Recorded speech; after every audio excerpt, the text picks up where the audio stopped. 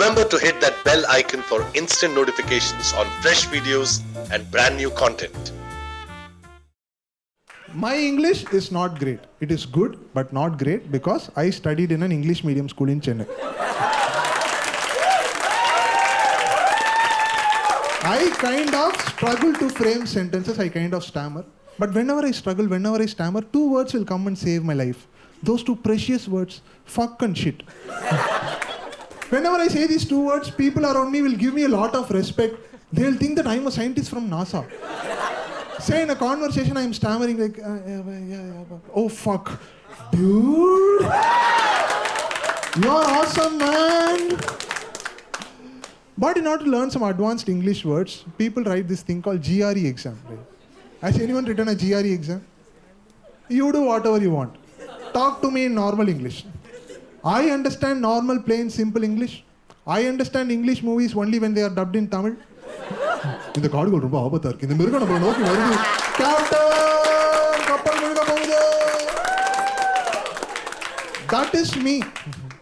What is the point in going to a GRE class? To learn some advanced English words and not to use them anywhere in your entire life. Isn't that engineering? Learning advanced concepts, not knowing where to use them. And during my college days, few of my engineering friends, they prepared for GRE. Wow.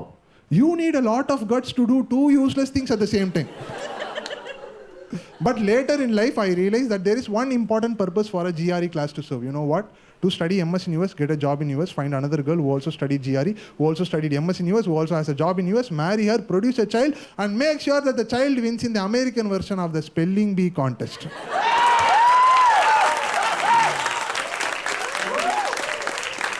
We Indians, we will sit here and feel proud for the child. Oh, what a child.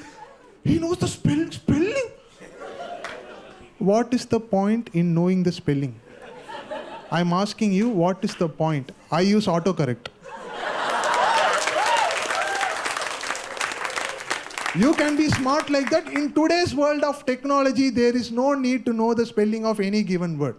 It's not that if I don't know the spelling of Margherita pizza with pepperoni topping, that doesn't mean that the pizza guy is not going to deliver my order.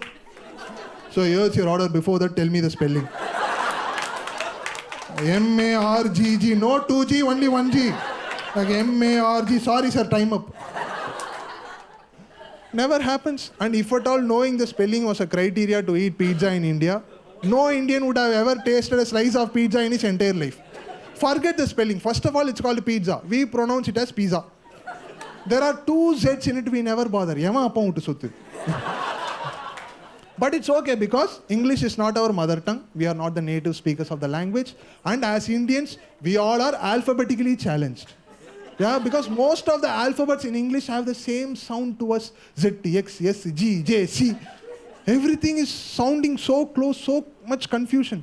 Hey bro, this is India rocks. Should this end with Z or S? Both are same.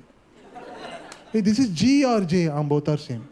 This is Airtel 3G or 4G? Both are same.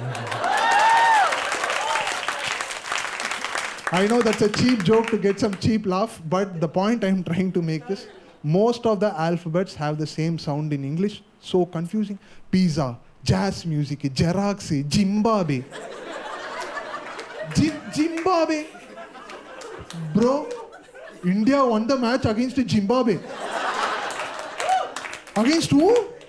Zimbabwe. Man of the match, Jagir Khan. Jagir Khan. Oh fuck, dude.